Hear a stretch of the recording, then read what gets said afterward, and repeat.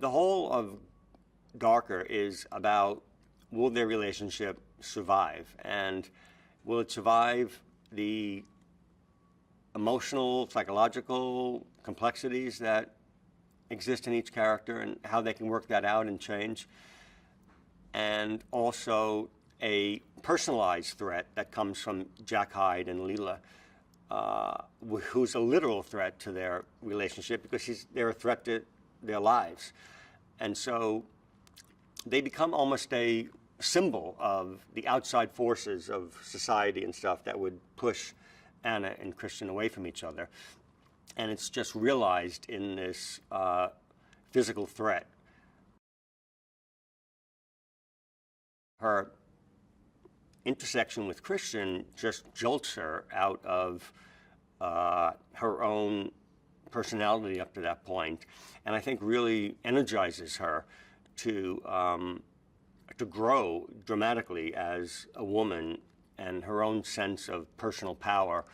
So what's interesting is that in her intersection with a man who wants to control her, she gains a lot more strength in resisting that and trying to make an equal relationship. And I think that kind of dynamic faces every couple of every stripe of what is the power dynamic in the relationship. And she goes from being a mousy little introvert to something quite different.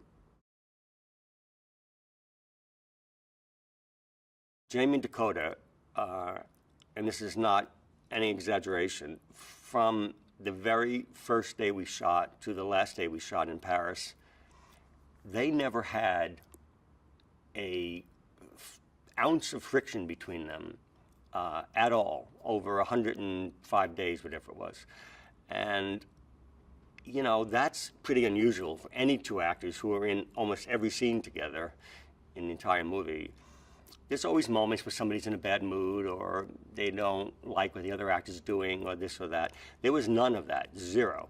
They just had this very comfortable, very humorous relationship with each other where they laughed constantly. The first thing about Dakota, which is special, I think, is that she's so friggin' intelligent. She's got this,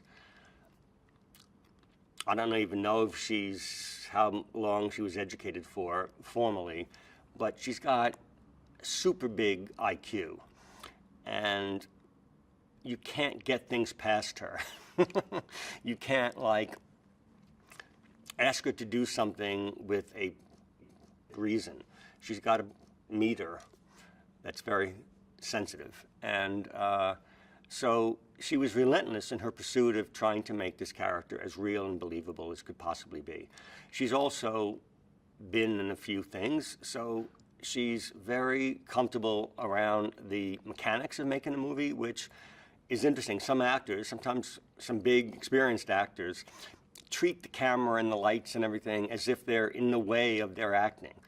And of course that's crazy, it's the medium. And so Dakota has a real, I don't know whether it's genetic or whether it's an instinct, that she knows exactly what the camera's doing and what it's seeing and how it's going to cut together.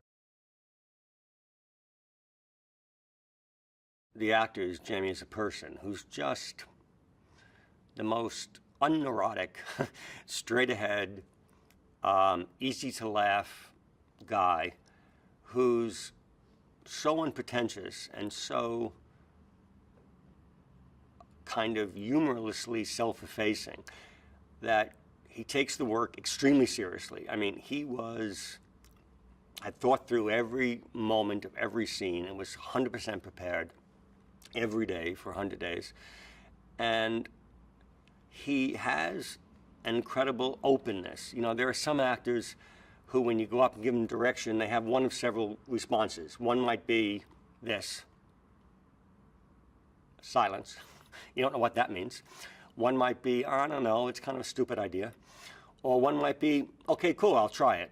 And Jamie is in the last category. No matter what you throw at him, he'd say, okay, cool, I'll try it. And he would try it. So he was open to anything. He was prepared and had his own sense of what he was going to do. But if I had threw him a wrench into his plans, he just would adapt instantly and know what he was doing. We just got along, just as people, socially got along. And she's got a great sense of humor, and I really appreciate that in people. And she was just so, became this friend to me before we even got on the set. So the time we got on the set, it was very familiar.